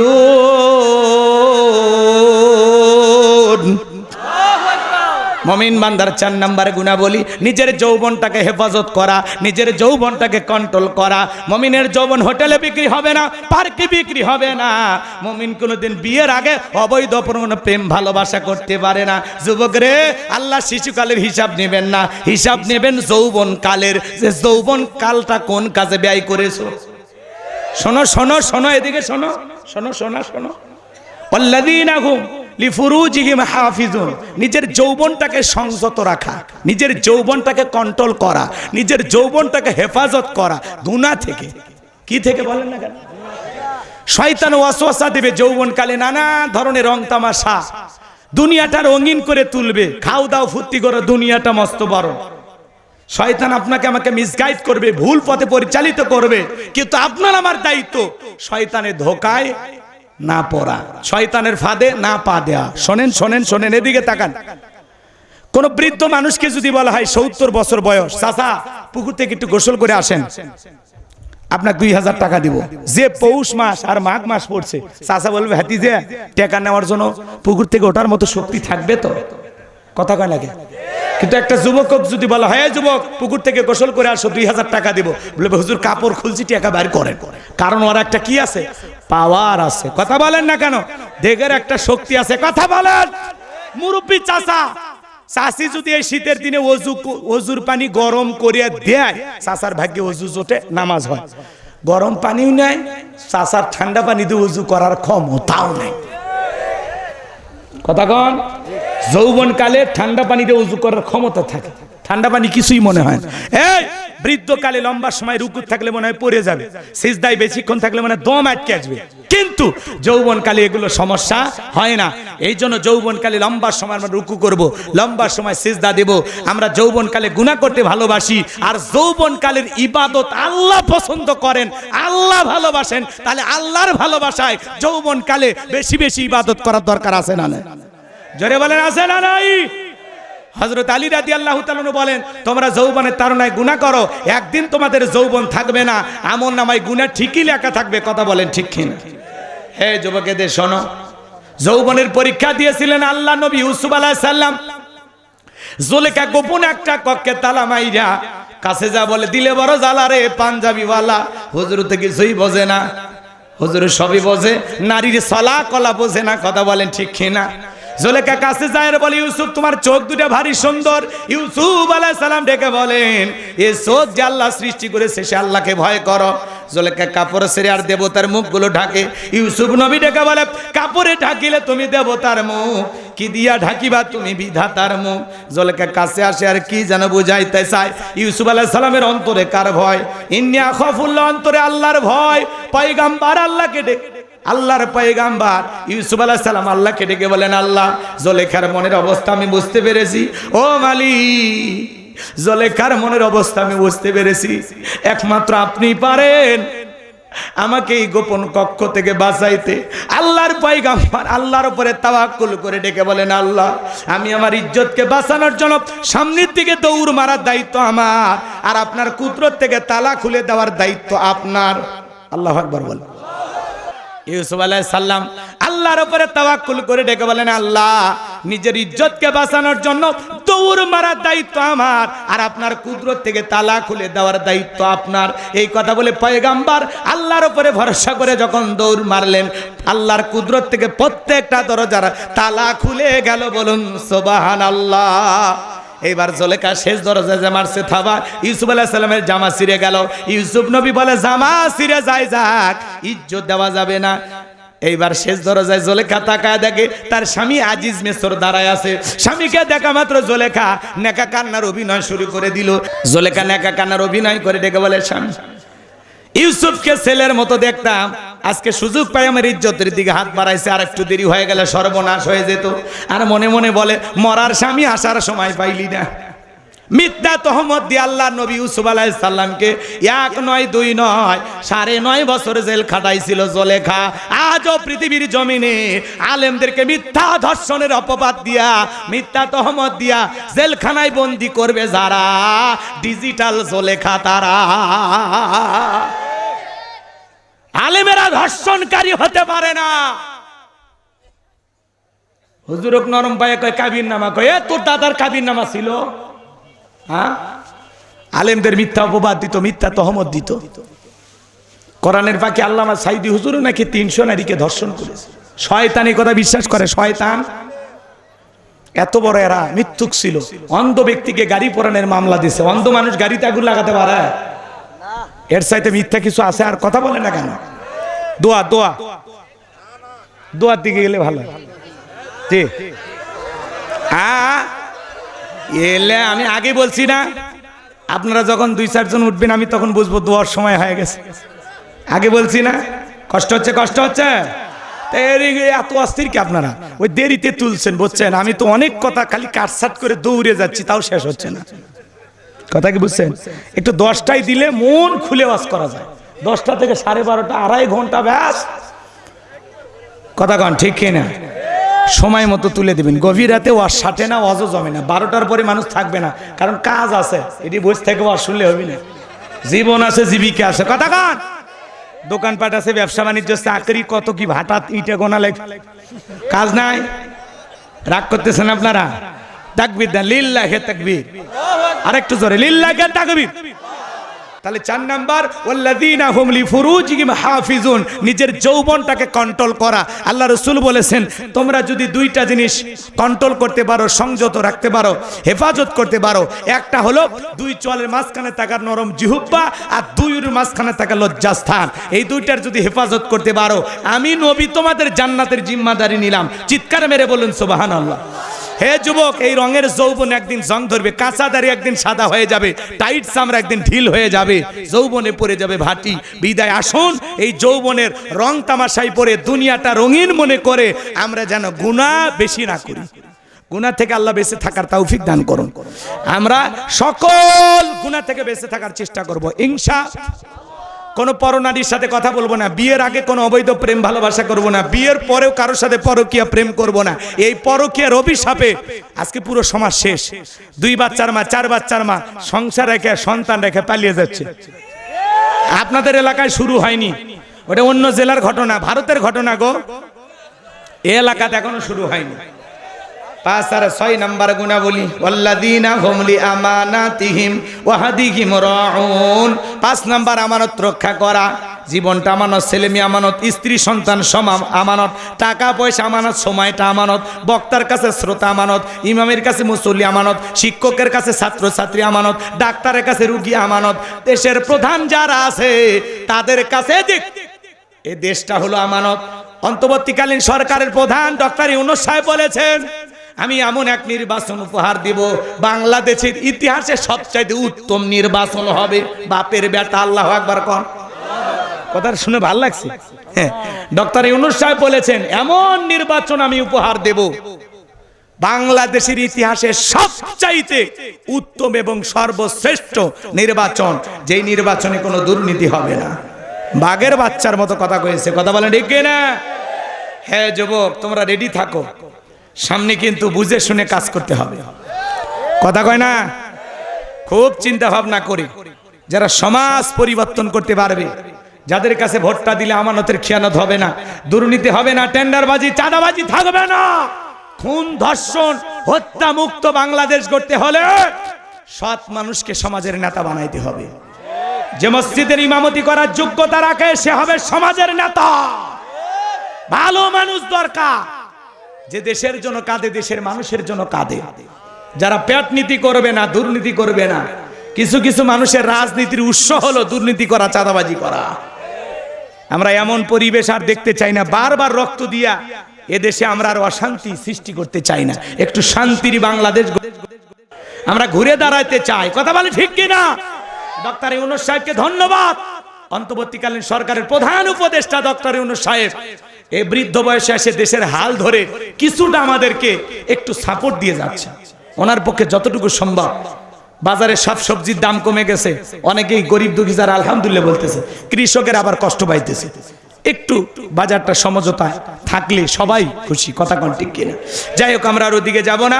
তাহলে 5 নাম্বার আমানত রক্ষা করা, 6 নাম্বার হলো ওয়াদা প্রতিশ্রুতি রক্ষা করা। মুমিন মুখে যা বলে অন্তরে তা বিশ্বাস করে, কাজে তা বাস্তবায়ন করে।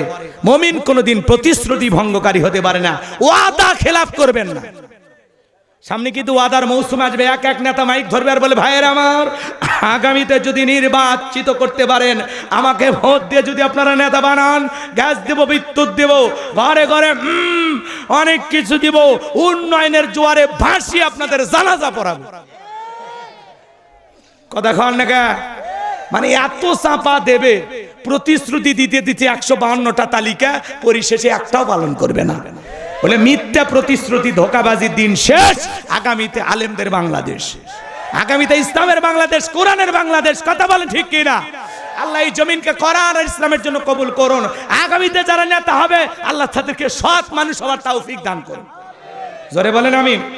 7 নাম্বার, ওয়াল্লাযীনা হুম আলা সালাওয়াতিহিম ইউহাফিজুন, যারা যত্ন সহকারে সালাত আদায় করে। আল্লাহ 1 নাম্বার সালাত দিয়ে শুরু করলো, 7 নাম্বার সালাত দিয়ে শেষ করলেন। সালাতের গুরুত্ব কম না বেশি? যে ব্যক্তি আসরের নামাজ পড়ে মাগরিব পর্যন্ত মসজিদে মন টাঙানো থাকে, মাগরিব পড়ে এশা পর্যন্ত মন টাঙানো থাকে, খুব যত্নশীল, যত্ন সহকারে সালাত আদায় করে, শুধু একা নামাজ পড়লে হবে না, বিবিকেও নামাজি বানাইতে হবে। কথা কন, কথা কন। মসজিদে যাচ্ছেন, বিবিকে ডাক দেন, ঘুম থেকে তোলেন, সোনা ওঠো, তোরে শুধু দুনিয়ার সাথী না, আমি পরকালের সাথীও বানাতে চাই। বউকে নামাজি বানাবেন, ছেলেদেরকে মসজিদে নিয়ে যাবেন। পৃথিবীর সফল বাবা তারা, যে বাবা ছেলের হাত ধরে মসজিদে নিয়ে যায়। ছোট ছোট বাচ্চা মসজিদে গেলে মুরব্বীরা ধমক দিবেন না। কথা কন, কথা কন। ছোট বাচ্চা মসজিদে গেলে বুঝে নেবেন আপনাদের ভবিষ্যৎ প্রজন্ম নামাজি হবে। আজকের শিশু আগামীর বাংলাদেশ এখানে বসে আছে, আগামীতে আপনাদের পক্ষ হয়ে সংসদে কথা বলবে। এখানে বসে আছে, অবহেলা করেন না, সন্তানদেরকে অবহেলা করবেন না। ছোট ছোট বাচ্চাদেরকে মসজিদে বানাবেন, অজু পারে না অজু শিখাবেন, যে বাবা 10 টাকা দেবো, আমি যেভাবে অজু করবো এইভাবে অজু করবে। এই 10 টাকার কৌশলে ছেলেটা অজু শিখে যাবে। আপনি মারা গেলে আপনার জানাজায় কাঁদবে আর বলবে, এই চাচা আমি আমার অজু শিখাইছি। কথা বলেন। নামাজে রুকু সিজদা বোঝে না, ছোট বাচ্চা দুষ্টমি করে, টুপি ধরে টান দেয়, দাড়ি ধরে টান দেয়, যায় নামাজ জড়ায়, মসজিদের এমুরে ওমুরে দৌড় মারে। স্বভাবই ওর দৌড়ানের বাজান। আপনি 70 বছরে মুরব্বী এইভাবে দৌড় দিলে হাড় হাড্ডি কিচ্ছু খুঁজে পাওয়া যাবে না। অর্থাৎ ছোট বাচ্চাকে দুষ্টমি করতে দেন। কথা ক্লিয়ার না ভেজাল আছে? শোনেন, নোয়াখালী ফেনী ওইদিকে যাবেন, মসজিদে লেখা আছে ছোট বাচ্চা মসজিদে আসলে চকলেট খাওয়ানো হয়। মসজিদ কমিটি খালি উন্নয়ন করবে, মাহফিল দিলে হবে না। ডাক্তার সাহেবের বাবা কই গেল? ছোট ছোট চকলেটের বক্স মুয়াজ্জিমকে দিবেন, আসর পরে একটু চকলেট দিবেন, মাঝে মাঝে ফজর পড়িয়ে দিবেন। আর এলাকায় ঘোষণা করবেন, যারা আমাদের মসজিদে 40 দিন জামাতের সহিত নামাজ আদায় করবে 5 ওয়াক্ত, 40 দিন পরে তাদেরকে গিফট দিবেন, বিভিন্ন গিফট উপহার দিবেন। তাহলে এই যে উৎসাহ পাবে, অনুপ্রেরণা পাবে, মসজিদ মুখী হবে। কথা কোন ঠিক কিনা? একটা পরিবারে 6 জন সদস্য, সবাই যদি নামাজ পড়ে বাজান, ভালো লাগে না খারাপ লাগে? সূরা তাহরিমের 6 নম্বর আয়াতে আল্লাহ কি বলেছেন? হে ঈমানদারগণ, নিজেরাও জাহান্নামের আগুন থেকে বাঁচো, তোমার আহাল পরিবারের পরিজন যারা আছে তাদেরকেও জাহান্নামের আগুন থেকে বাঁচানোর চেষ্টা করো। কথা বলে ঠিক কিনা? তাহলে যত্ন সহকারে পরিবারের সবাইকে নিয়ে পরিবারের ভিতরে কারা কারা সালাত কায়েম করবেন, 2 হাত তুলে দেখেন। এই 7টা গুণাবলী সবাই আমল করবেন তো ইনশাআল্লাহ? ওয়াদা কি প্যান্ডেলে থাকবে নাকি আজকে ফজর থেকে নামাজ শুরু হবে? শুরু হবে তো ইনশাআল্লাহ। আল্লাহ কবুল করুন, জোরে বলুন আমিন। আজকের মাহফিল থেকে 5 জন যদি নামাজি হয়, মাহফিল কবুল হয়ে যাবে। যুবকেরা প্রথম আয়োজন করেছে, আল্লাহ কবুল করুন। এই 7টা গুণাবলী আমল করতে পারলেই আল্লাহ রাব্বুল আলামিন বলেন, উলাইকা হুমুল ওয়ারিসুন আল্লাযীনা ইয়ারিসুনাল ফিরদাউস হুম ফিহা খালিদুন। আল্লাহ বলেন তারা উত্তরাধিকারী হবে জান্নাতুল ফিরদাউসের, সেখানে তারা চিরকাল বসবাস করবেন। আল্লাহ কোনোদিন তাদেরকে জান্নাত থেকে বের করে দেবেন না। চিৎকার মেরে বলুন সুবহানাল্লাহ। বক্তা শ্রোতা সবাইকে আল্লাহ পাক এই কথাগুলোর উপরে আমল করার তৌফিক দান করুন। আপনারা একটা বলেছিলেন, আপনাদের কথাই আমি রাখলাম, শুধু ভালোবাসি বলে। যুবক যারা দাঁড়িয়ে আছে, বাবা একটু বসেন, বসে দোয়া করতে হয় বাবা, এক্ষুনি মুনাজাত দেব আমরা, বসে। 1 নাম্বার, এদিক এতক্ষণ পয়েন্ট আকারে বললাম মনে নাই। 1 নাম্বার, যারা বিনয়ের সহিত নম্রতার সহিত আল্লাহর ভয়ে সালাত আদায় করে। 2 নাম্বার, অনার্থক কথা বলা যাবে না, অনার্থক কাজ করা যাবে না, অনার্থক জিনিস শোনা লাগবে না। সেইটা বলবো যেটা বললে সব, সেই কাজ করব যে কাজ করলে সব, সেইটা শুনবো যেটা শুনলে সব। এটা হলো 2 নাম্বার গুণাবলী। 3 নাম্বার, আল্লাহর ভয়ে প্রত্যেক বছর হিসাব করে জাকাত দিব।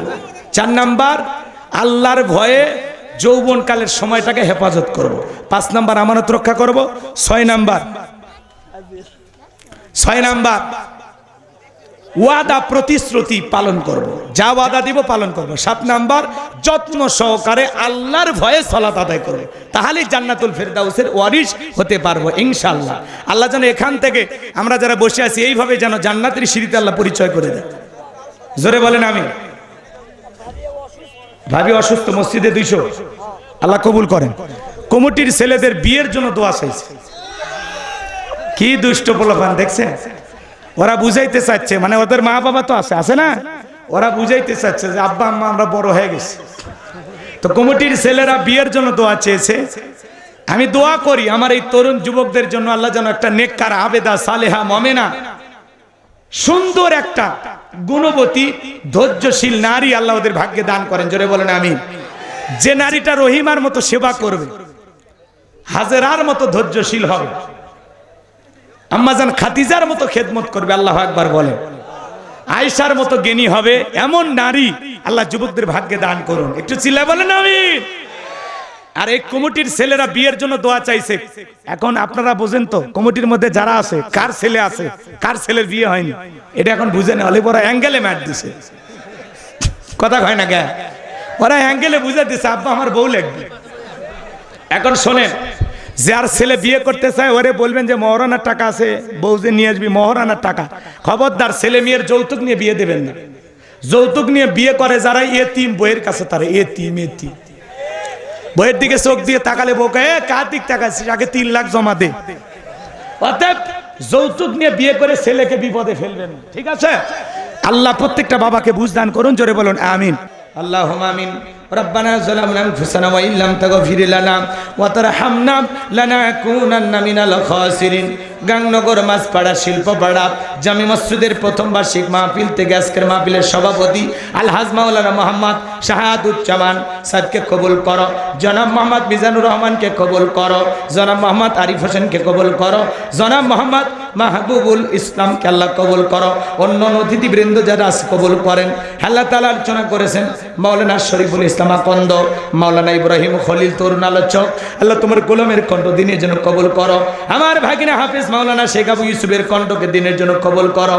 এই মাহফিলে নগদে বাকিতে যত মানুষ টাকা পয়সা দান করেছে আল্লাহ, ঈদ বালু রড সিমেন্ট যে যা দিয়েছে আল্লাহ কবুল করে নাও। আল্লাহ তাআলা মা বোনেরাও দান করেছে, অনেকে অনেক আশায় দান করেছেন, কে কোন নিয়তে দান করেছে আমি জানি না। আল্লাহ তাআলা আমাদের অনেকের মা নাই, বাবা নাই, কবরে চলে গেছে, মা বাবার কবরে আর সবটুকু পৌঁছায় দাও, পিতা মাতার কবর জান্নাতের বাগান বানায় দাও। রব্বির হামহুমা কামা রব্বায়ানি সগীরা ওয়া কুর রব্বির হামহুমা কামা রব্বায়ানি সগীরা। আমাদের আত্মীয় স্বজন, পাড়া প্রতিবেশী যারা কবরে চলে গেছে মাফ করে দাও, কবরগুলো জান্নাতের বাগান বানায় দাও। আল্লাহ তাআলা এলাকাবাসীর উপর কাজ রহমত বরকত নাজিল করো। এলাকায় যত মানুষ মাটির নিচে শায়িত আল্লাহ মাফ করে দাও। এই গ্রামে মসজিদের আশেপাশে বাঁশের ঝাড়ে পুকুর পাড়ে রাস্তার সাথে যত মানুষ শায়িত আল্লাহ জানি না তারা কবরে কেমন আছে, আল্লাহ সবাইকে আপনি মাফ করে দেন। তামাম পৃথিবীর মুসলিম উম্মাহকে হেফাজত করেন, ফিলিস্তিনের মুসলমানদেরকে বিজয় দেন, বাংলাদেশের মসজিদ মাদ্রাসা কবুল করেন, হক্কানি ওলামা ইকরামদের কবুল করেন। আল্লাহ আমরা যারা হাত তুলেছি আল্লাহ আমাদের জানা অজানা ছোট বড় গোপন প্রকাশের তামাম জিন্দিগির গুনাহগুলো মাফ করে। এমন জায়গায় বসে গুনাহ করেছি দুনিয়ার কেউ জানে না, তুমি জানো। আল্লাহ আমাদের সকলের তামাম জিন্দিগির গুনাহগুলো মাফ করে দাও, ফিরাইয়া দিও না মালিক। আমাদের চাইতে বড় পাপী গুনাহগার কেউ নাই। পাপের বোঝা এত বেশি হয়েছে, হাতের দিকে তাকাইলে দেখি হাত দুইটা গুনাহ দিয়ে নাপাক হয়ে গেছে, পা থেকে মাথা পর্যন্ত গুনাহ দিয়ে শেষ করে ফেলেছি। দুনিয়ার মানুষ যদি গুনাহের কথা জানতো লজ্জায় মুখ দেখাইতে পারতাম না। আল্লাহ আল্লাহ আল্লাহ আমাদের সকলের তামাম জিন্দিগির গুনাহগুলো মাফ করে দাও মালিক। মালিক ফিরাইয়া দিও না, জীবনে একটাবার সোনার মক্কা মদিনা কবুল করে নিও। মায়ার নবী রওজার পাশে দাঁড়ায় সালাম দেওয়ার সুযোগ করে দিও। আল্লাহ আল্লাহ আমাদের সবাইকে 5 ওয়াক্ত নামাজি বানায় দাও।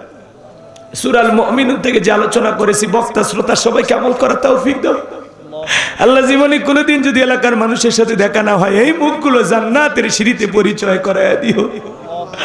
আল্লাহ আল্লাহ তাহাজ্জুদের সালাতের সময় হয়েছে, আল্লাহ তুমি আসমান থেকে তাকায় দেখো মালিক। কত দাড়ি পাকা মুরব্বীর হাত তুলেছে, হাজী সাহেবের হাত তুলেছে, আলেম ওলামা হাত তুলেছে, ইমাম মুয়াজ্জিম ভাইরা হাত তুলেছে, মাদ্রাসা পড়ুয়া ছাত্র ভাইরা, স্কুল পড়ুয়া, কলেজ ইউনিভার্সিটি পড়ুয়া ছাত্র ভাইরা হাত তুলেছে, কত শিক্ষিত সমাজের ভাইরা হাত তুলেছে, পর্দানিশী মা বোনেরা হাত তুলে ধরেছে। যার হাত দোকানা পছন্দ হয় সে হাতের বদলতে আজকের দোয়াকে কবুল আর মঞ্জুর করে নাও। মা বোনদেরকে নামাজি বানায় দাও, পর্দা করা তৌফিক দাও, স্বামীর খেদমত করা তৌফিক দাও, তাদের দাম্পত্য জীবনকে হযরত আলী আর ফাতেমার মতো কবুল করো। যে বাড়িতে খানা খাইলাম বসলাম, আল্লাহ ওই বাড়ির উপর খাস রহমত বরকত নাজিল করো। আমার যে কলিজার টুকরা যুবকেরা, কমিটির ভাইরা দোয়া চেয়েছেন, অনেকের প্রাপ্ত বয়স হয়ে গেছে, যুবক হয়ে গেছে, বিয়ে করতে মনে চায়, আল্লাহ যুবকদের বিবাহের ব্যবস্থা করে দাও। নেককার পর্দা করে নামাজ পরে এমন বিবি ওদের ভাগ্যে তুমি জোটায় দিও। আল্লাহ তাদের পরিবারের সব অভিভাবক যারা আছে আল্লাহ তাদেরকে তুমি সঠিক বুঝ দিয়ে দাও। আমার লেখা বই যারা কিনবে আল্লাহ তাদের হায়াত তুমি বাড়ায় দাও। বইয়ের প্রত্যেকটা পাতায় যে কথা লেখা আছে আমল করা তৌফিক দিয়া দাও। আল্লাহ এমনও শ্রোতা বসে আছে, সারা রাত যদি কথা বলতাম তোমার এই কোরআনের পাগলেরা যাইতো। আল্লাহ তোমার কাছে দোয়া করি মালিক, কোরআনের হেদায়েতের নূর দিয়ে অন্তরগুলো আলোকিত করে দাও। আল্লাহ আমাদের সবাইকে হেদায়েতের চূড়ান্ত রাস্তা দান করো। আল্লাহুম্মা ইহদিনা সিরাতাল মুস্তাকিম, হাসবুনাল্লাহু নি'মাল ওয়াকিল, নি'মাল মাওলা ওয়া নি'মান নাসির। আমার সাদিক ভাই, হারুন ভাই, আব্দুর রহিম ভাইকে কবুল করো, মিডিয়ার ভাইদেরকে কবুল করো, আল্লাহ এলাকাবাসীকে কবুল করো, যারা দূর দূরান্ত থেকে ছুটে এসেছে সবাইকে নিরাপদে বাড়ি পর্যন্ত পৌঁছার তৌফিক দান করুন। সবাইকে আপনার রহমতের চাদরে আবৃত করুন। আল্লাহ এই মানুষগুলোর সাথে জান্নাতের সিঁড়িতে পরিচয় করা দিও। আল্লাহ আল্লাহ আমার মাদ্রাসায় নূরে মাদিনাকে কবুল করো। 70 জনের মতো ছাত্র, 24 জন এতিম গরিব অসহায়, যাদের থাকা খাওয়া চিকিৎসা পোশাক সম্পূর্ণ ফ্রি, আল্লাহ আমার মাদ্রাসাকে কবুল করো, যুব সমাজকে কবুল করো। আগামী বছর আরো বড় পরিসরে এই মাহফিলকে বাস্তবায়ন করা তৌফিক দাও। আল্লাহ এই ভাঙ্গা রাস্তার ভিতরে যারা কষ্ট করে এসেছে সবাইকে বাড়ি পর্যন্ত সঠিকভাবে পৌঁছার তৌফিক দাও।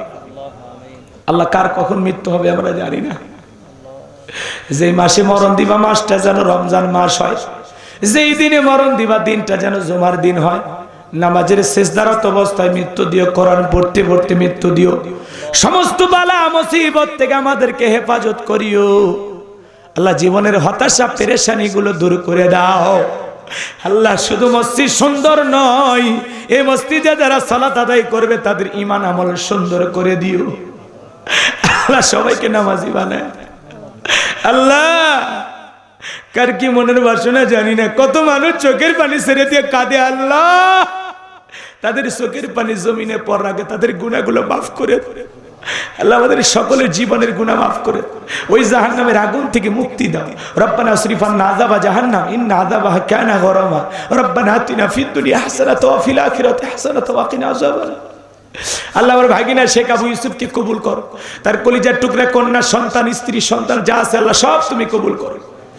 আল্লাহ যে ভাইয়েরা দাওয়াতে কষ্ট করে এনেছেন তাদের হায়াতে তৈয়বা সিয়াতে কুল্লে দান কর। স্বেচ্ছাসেবকের দায়িত্ব যারা পালন করেছে, লাইটিং মাইটিং পোস্টার ব্যানার ডেকোরেটর ভাইরা সহ যারা যেভাবে মাহফিল বাস্তবায়ন করার জন্য পরিশ্রম করেছেন সকলের ঈমান খালিদ বিন ওলীদের মতো বানায় দেন, আমির হামজার মতো বানায় দেন। আল্লাহ তাআলা মৃত্যুর সময় দয়ার নবীর চাঁদ মুখখানা দেখতে দেখতে জবানে জারি করে দিও লা ইলাহা ইল্লাল্লাহু মুহাম্মাদুর রাসূলুল্লাহ সাল্লাল্লাহু আলাইহি ওয়াসাল্লাম। আসসালামু আলাইকুম ওয়া রাহমাতুল্লাহি ওয়া বারাকাতুহু।